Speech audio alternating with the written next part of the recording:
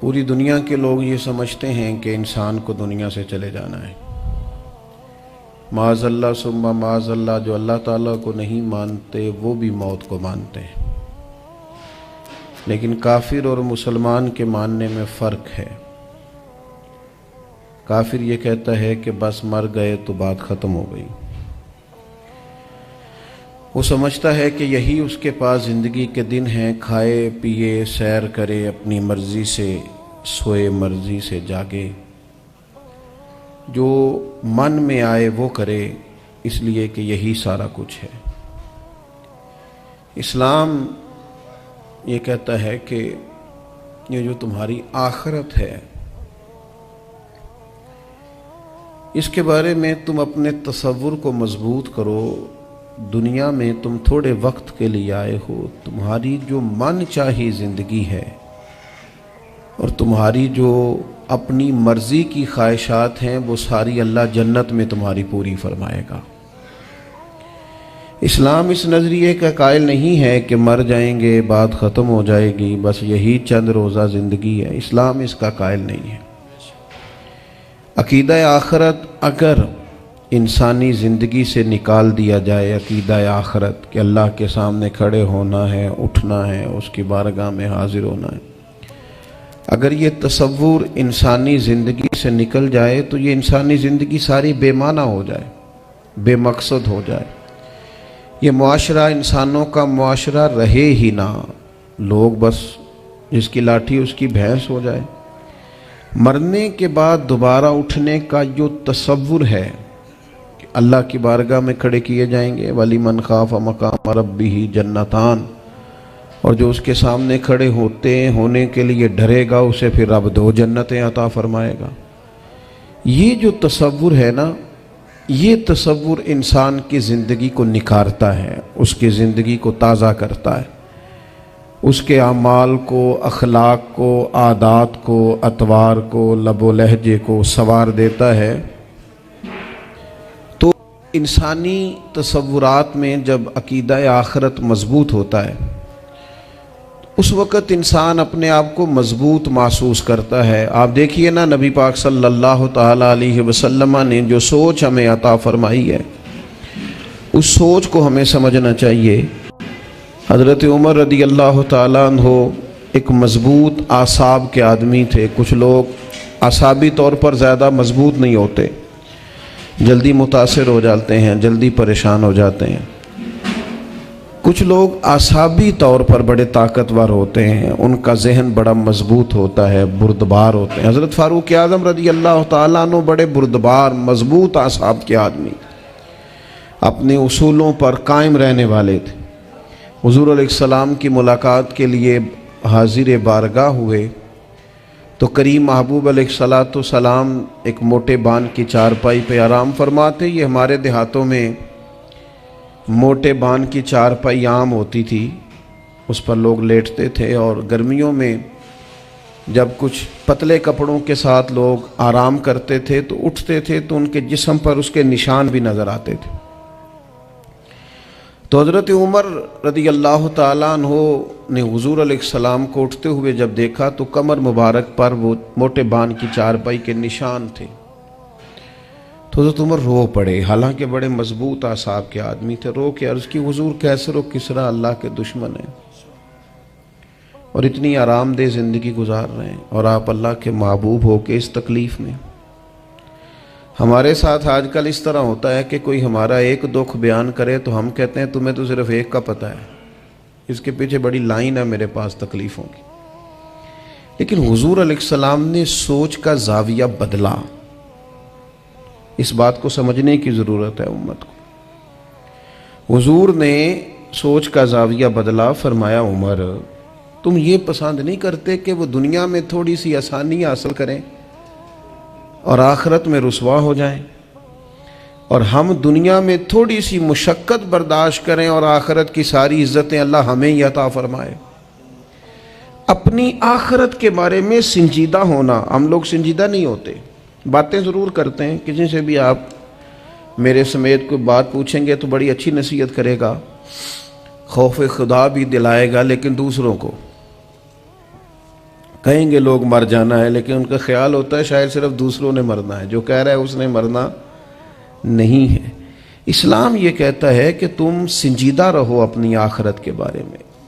ہمارا خیال ہوتا ہے، میرا بھی خیال ہے، مجھے بہت سارے لوگ جانتے ہیں، لیکن ہم سے پہلے بھی بڑے لوگ آئے جن کو بڑے ہی لوگ جانتے تھے۔ جو بڑا بہترین سیاسی آدمی ہے نا، زبردست، پاکستان کی سیاست کے سارے ماضی کے مد و جزر سے آگاہ ہے، اسے بھی کہا جائے نا کہ جتنے صدور رہ سکیں سب کے نام یکدم بتاؤ تو نہیں بتا سکتا، تمام وزراء اعظم کے نام اکٹھے ذکر کرو تو نہیں کر سکتا۔ نہیں، اتنا بڑا آدمی جو پاکستان کے سب سے بڑے عہدے پر فائز رہا، ان کے نام تک بھی لوگوں کو یاد نہیں رہتے۔ بہت بڑا درجہ ہے وفاقی وزیر ہونا، کیا نتیجہ نکلتا ہے؟ ختم ہو جاتا ہے معاملہ۔ یاد رکھیں کہ اللہ تعالیٰ نے دنیا میں کوئی کام کرنے بھیجا ہے۔ نوجوان نسل آرام کر رہی ہے اور بعض لوگ صرف تدبیریں کر رہے ہیں۔ عمل کی زندگی سے مسلمان دور ہے۔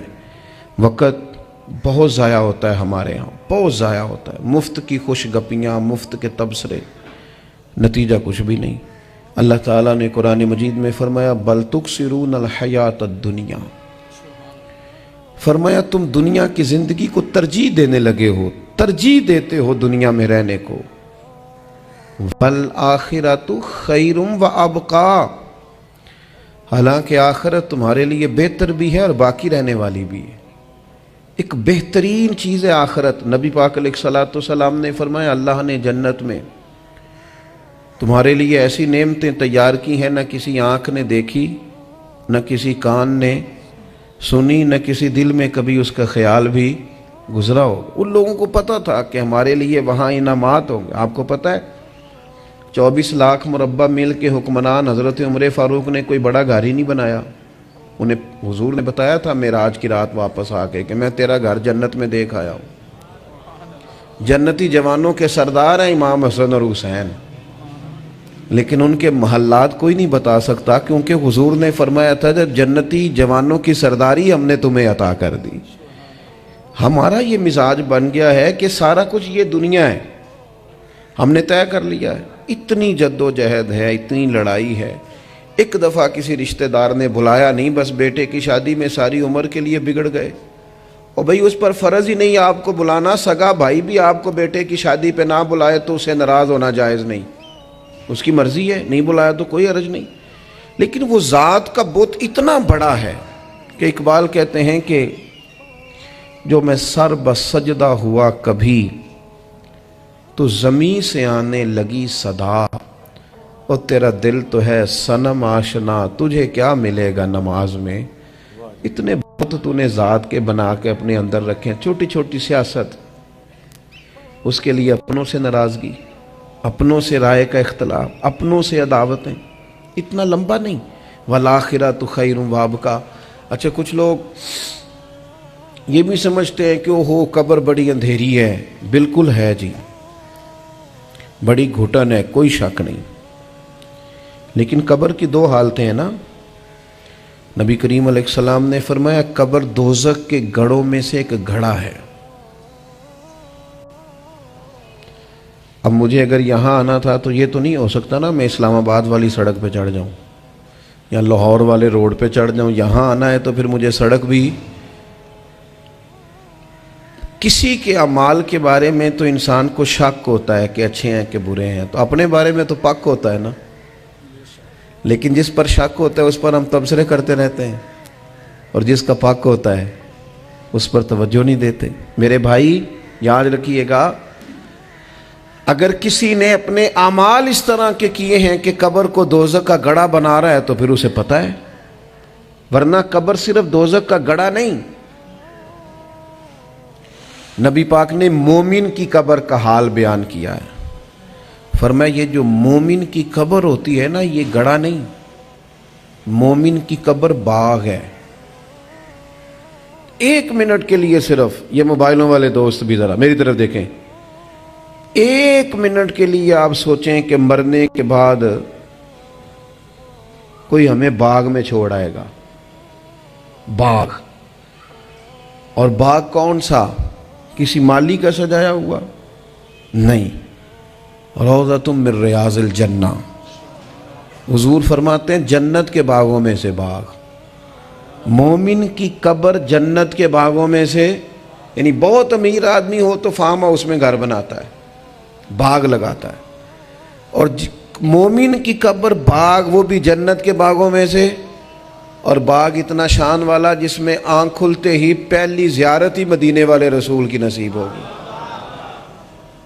صلی اللہ تعالی علیہ وسلم۔ تو وہاں جاتے ہوئے ڈر آتا ہے بندے کو، خوف آتا ہے، پریشان ہوگا وہاں جاتے، وہ تو باغ ہے جنت کا، لیکن شرط یہ ہے کہ وہ سڑک اس پہ چڑھا ہو جو جنت کے باغ کی طرف جاتی ہے۔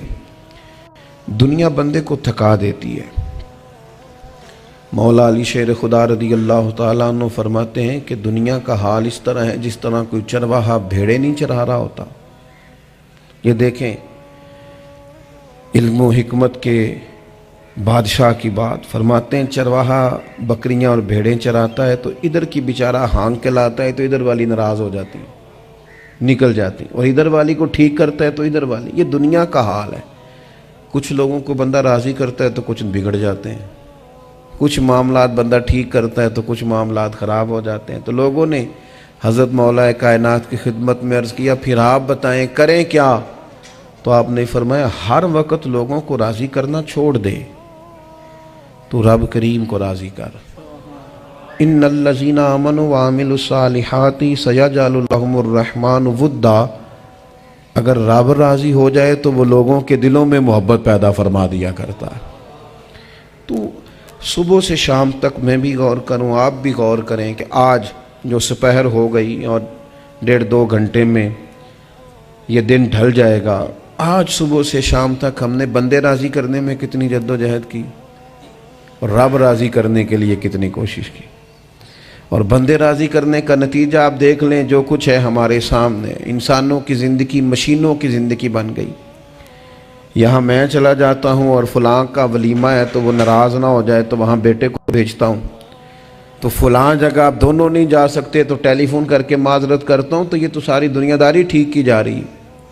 یہ بتائیے اللہ کریم کو راضی کرنے کے لیے اور اپنی آخرت درست کرنے کے لیے سنجیدہ کوشش کیا ہے؟ حضرت عمر بن عبدالعزیز بادشاہ تھے، بات بس ختم کرنے لگا ہوں۔ صبح جب تشریف لاتے تھے، اور پھر یہ بھی بات نہیں کہ آپ سارا کچھ چھوڑ کے مسجد ہی بیٹھ جائیں تو اسی کا مطلب رب کو راضی کرنا ہے۔ آپ جو کر رہے ہیں وہ دیانتداری سے کریں، اخلاص سے کریں، ذاتی نفع ذاتی لالچیں اس کو چھوڑ دیں۔ آپ جو کام بھی کریں گے اس میں خیر ہو جائے گی۔ اسلام تو کسی دنیا کو دنیا کہتے نہیں، اسلام تو کہتا ہے بچوں کے لیے رزق کمانا بھی عبادت ہے، پر شرط یہ کہ تو حلال کما، لقمہ حرام کی طرف۔ حضور نے تو فرمایا سچ بول کے جو بندہ تجارت کرے گا قیامت کے دن اللہ نبیوں کے ساتھ جگہ عطا فرمائے گا۔ اپنا ہی کام کریں لیکن اس میں یہ صرف ذات کا چکر ہے، اس سے نکل آئیں۔